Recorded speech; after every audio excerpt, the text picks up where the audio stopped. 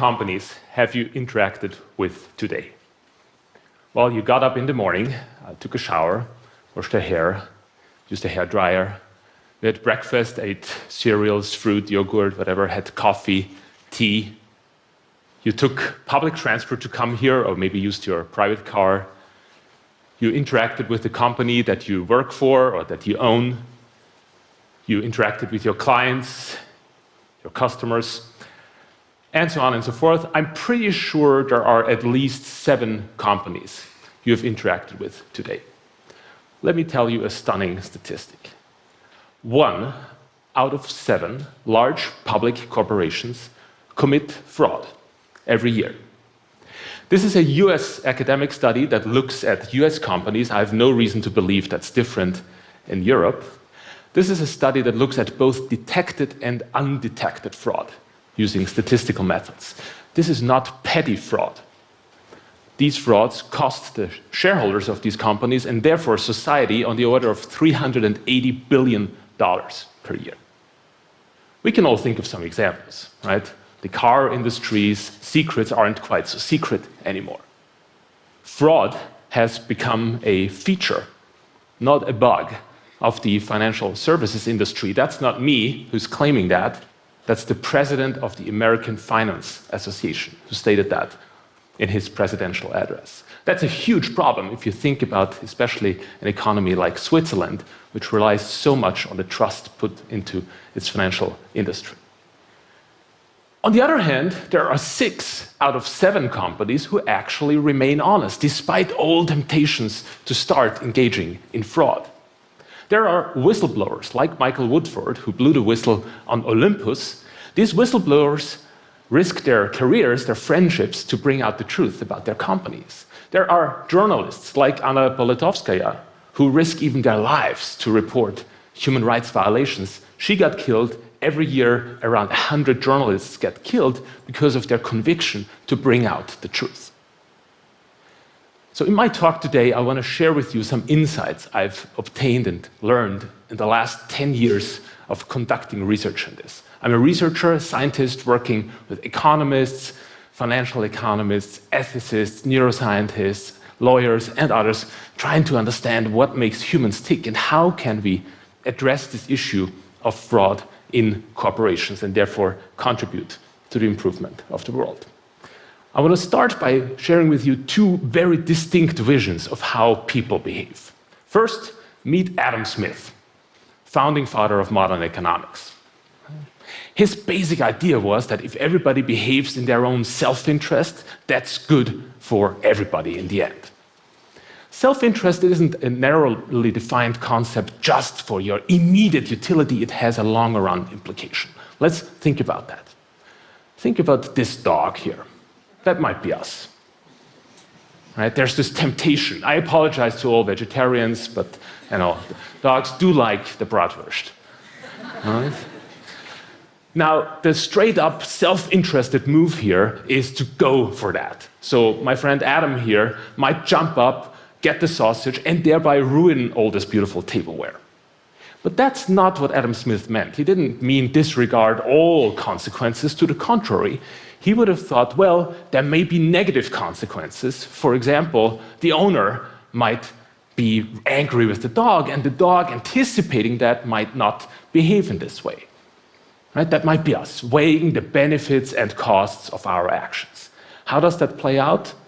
Well, many of you, I'm sure, have in your companies, especially if it's a large company, a code of conduct. And then, if you behave according to that code of conduct, that improves your chances of getting a bonus payment. And on the other hand, if you disregard it, then there are higher chances of not getting your bonus, or it's being diminished. In other words, this is a very economic motivation of trying to get people to be more honest or more aligned with the corporation's principles. Similarly, reputation is a very powerful economic force. Right? We try to build a reputation maybe for being honest, because then people trust us more in the future. Right? Adam Smith talked about the baker who's not producing good bread out of his benevolence for those people who consume the bread, but because he wants to sell more future bread.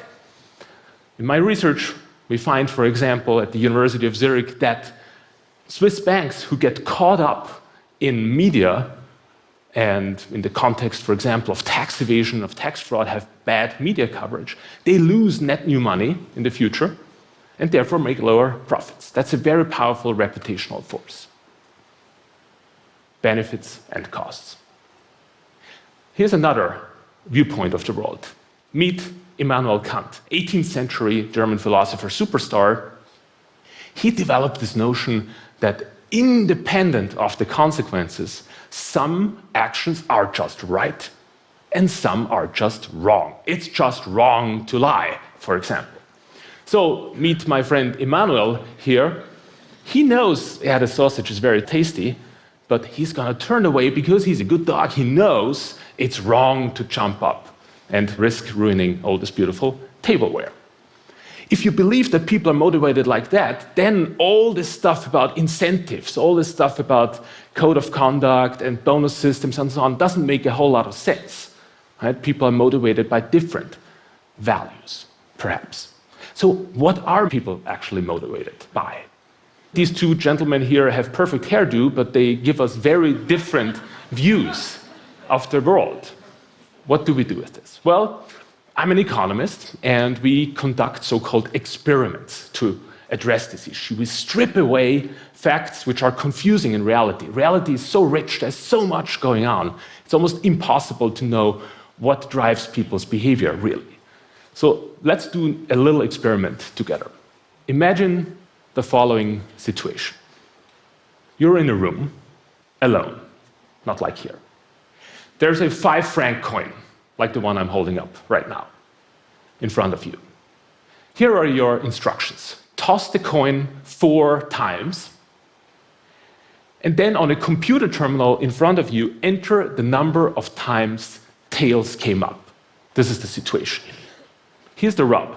For every time you announce that you had a tails throw, you get paid 5 francs. So if you say, I had 2 tails throws, you get paid 10 francs. If you say you had 0, you get paid 0 francs. If you say I had 4 tails throws, then you get paid 20 francs. It's anonymous, nobody's watching what you're doing, and you get paid that money anonymously. I got 2 questions for you. You know what's coming now, right? First, how would you behave in that situation? And second, look to your left and look to your right, and think about how the person sitting next to you might behave in that situation. We did this experiment for real. We did it at the Manifesta art exhibition that took place here in Zurich recently, not with students in the lab at the university, but with the real population, like you guys. First, a quick reminder of stats. If I throw the coin 4 times, and it's a fair coin, then the probability that it comes up 4 times tails is 6.25%. And I hope you can intuitively see that the probability that all 4 of them are tails is much lower than 2 of them are tails, right? Here are the specific numbers. Here's what happened. People did this experiment for real. Around 30 to 35% of people said, well, I had 4 tails throws. That's extremely unlikely. But the really amazing thing here, perhaps, to an economist is there are around 65% of people who did not say, I had 4 tails throws. Even though in that situation, nobody is watching you, the only consequence that's in place is you get more money if you say 4 than less. You leave 20 francs on the table by announcing maybe 0. I don't know whether the other people all were honest or whether they also said a little bit higher or lower than what they did, because it's anonymous. We only observe the distribution. But what I can tell you, and here's another coin toss, there you go, it's tails. All right. Don't check, okay? What I can tell you is that not everybody behaved like Adam Smith would have predicted that. So what does that leave us with? Well, it seems people are motivated by certain intrinsic values. And in our research, we look at this.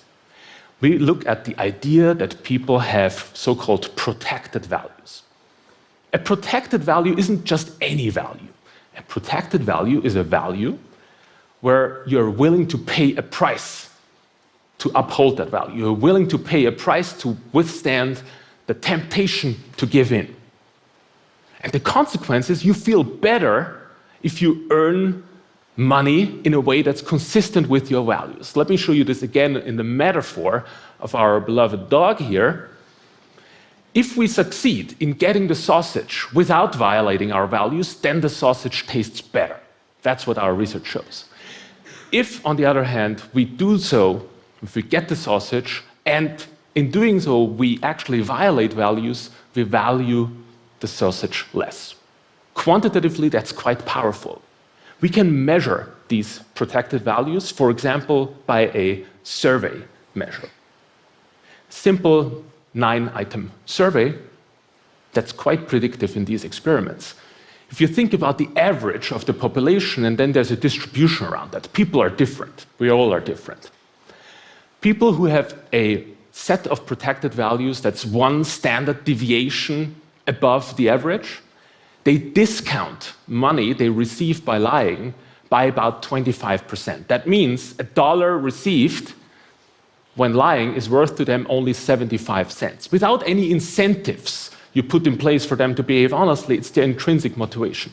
By the way, I'm not a moral authority. I'm not saying I have all these beautiful values, right? But I'm interested in how people behave and how we can leverage that richness in human nature to actually improve the workings of our organizations. So there are two very, very different visions here. On the one hand, you can appeal to benefits and costs and try to get people to behave according to them. On the other hand, you can select people who have the values and the desirable characteristics, of course, competencies that go in line with your organization. I do not yet know where these protected values really come from. Is it nurture or is it nature? What I can tell you is that the distribution looks pretty similar for men and women. It looks pretty similar for those who had studied economics or those who had studied psychology. It looks even pretty similar around different age categories among adults, but I don't know yet how this develops over a lifetime. That will be the subject of future research. The idea I want to leave you with is it's all right to appeal to incentives. I'm an economist. I certainly believe in the fact that incentives work. But do think about selecting the right people rather than having people and then putting incentives in place. Selecting the right people with the right values may go a long way to saving a lot of trouble and a lot of money in your organizations. In other words, it will pay off to put people first. Thank you.